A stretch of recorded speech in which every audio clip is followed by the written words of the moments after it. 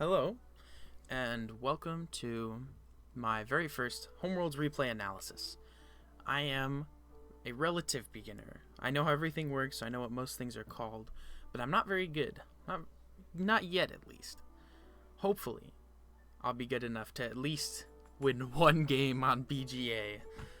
But I do have a couple games that are pretty interesting for, like, a beginner, and they're also going to be helpful for me to go over them and see what I did wrong and, figure out what I should be doing compared to, what actually is going on in the games. So, I'm going to review all of the games that I play on BGA, record them, upload them to this YouTube channel for my reference, as well as anyone else who's interested.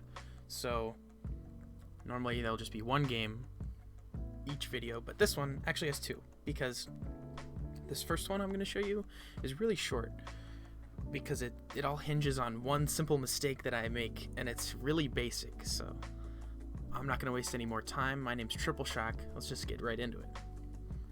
So, in this game I'm playing against Tautological, who appears to be pretty good, because Babamots chose to review one of his games with him, which must mean he's really good, so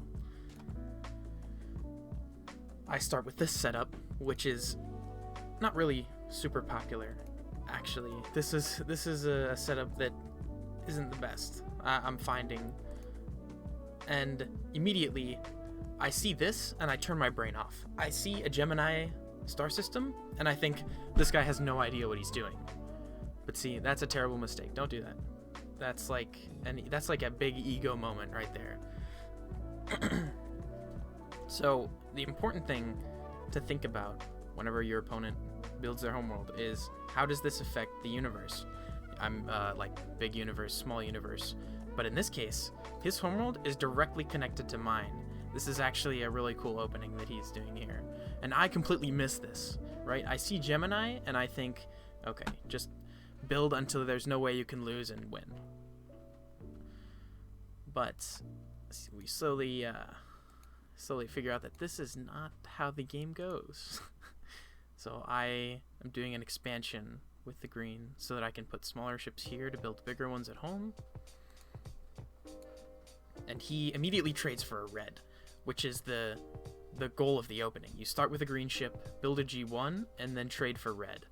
And this allows him to do something really savage. So I'm doing my own thing. It doesn't even occur to me that our homeworlds are connected.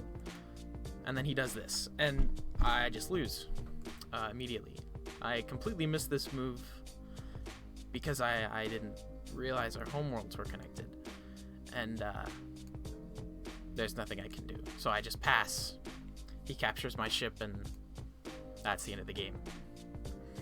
Pretty funny loss, not gonna lie. Watch out for this opening. I mean, yeah, nothing else really to say about that game. Okay, and the next game is actually against Babamots, believe it or not. So, yeah, this is a much more traditional setup with the red in the homeworld. And I go for this setup again.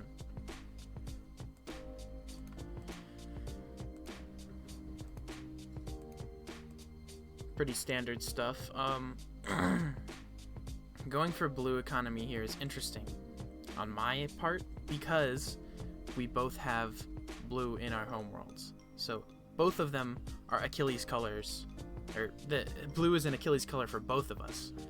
So breaking into it early and maybe trying a freeze would be extremely advantageous for me, because not only am I freezing them out of one of my Achilles colors, it's also theirs, so I also have a lead and I can catastrophe that sooner. Of course, we just keep building, and he immediately responds. He immediately gets the blue one. And this is not a bad move, because I can't build this blue 2. Normally, you never want to take the last of a small ship, but in this case, it's not a big deal for two reasons, because the bank actually has two of these B2s already out. So if I were to take this last one, it would open up the bigs, or the larges. And also, if I were to take this, it would just catastrophe my homeworld right now, because I don't have enough space. So I try to take advantage of this by building, or by moving a guy to a new star. And he does the same thing in response. So now I've invested a lot of time trying to do this strategy. And I mean, I'm not exactly sure it's the best idea, so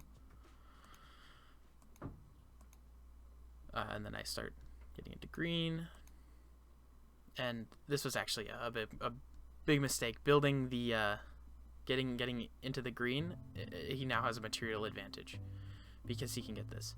Technically, I could do I actually do that? I think I might do that. Yes. Okay, never mind.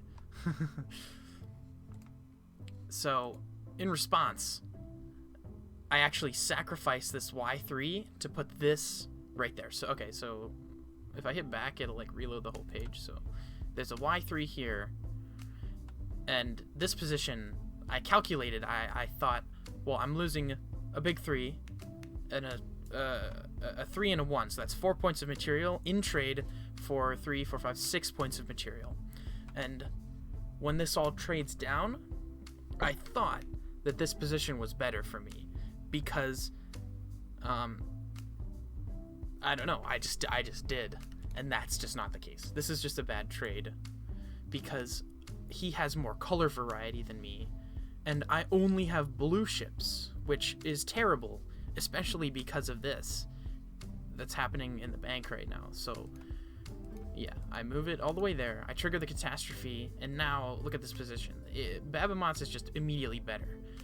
Doing that sacrifice is a huge problem. And of course, I saw this a couple moves ahead, but I thought it was better. But it's just not.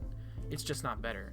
So he doesn't take the blue 2 immediately, because building a blue 2 is really like it's basically my only move, because if I were to waste time changing colors, I would just get down in material really fast.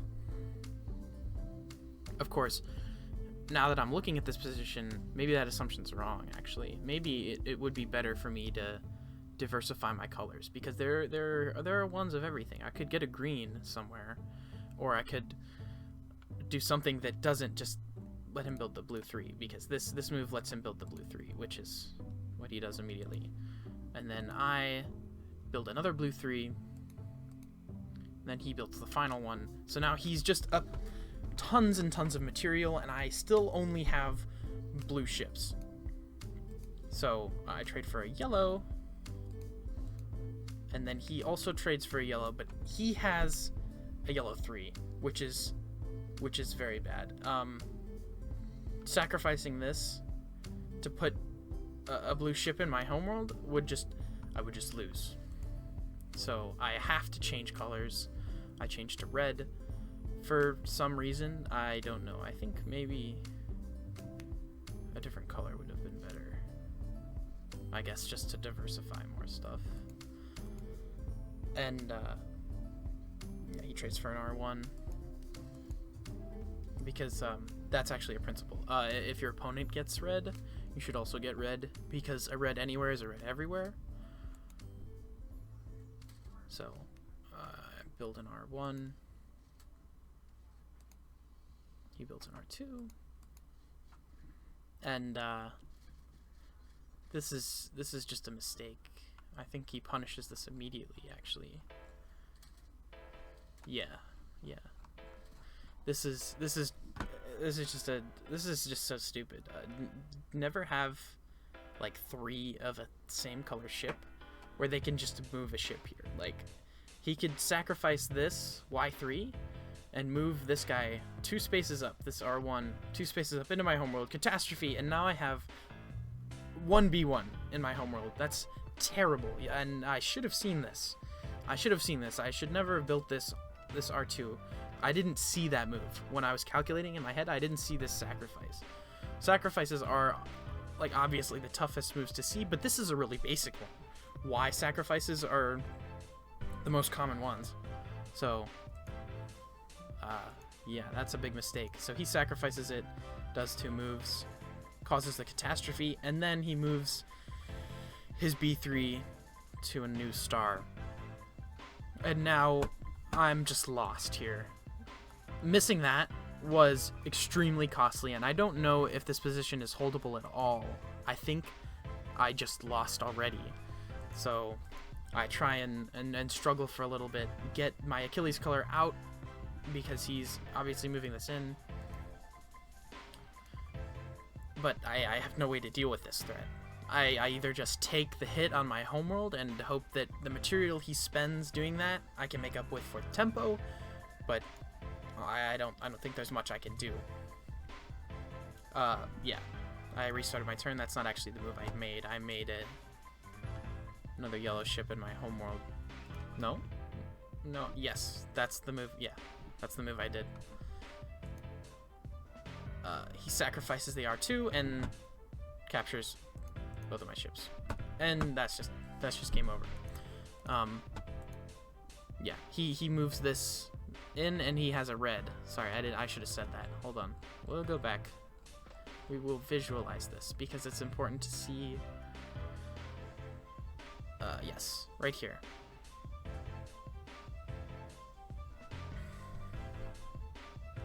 So in this position, this big ship here has this power of red because a red somewhere is a red anywhere. So this is basically an R3 in my homeworld right now, and I just don't have any way to respond to it.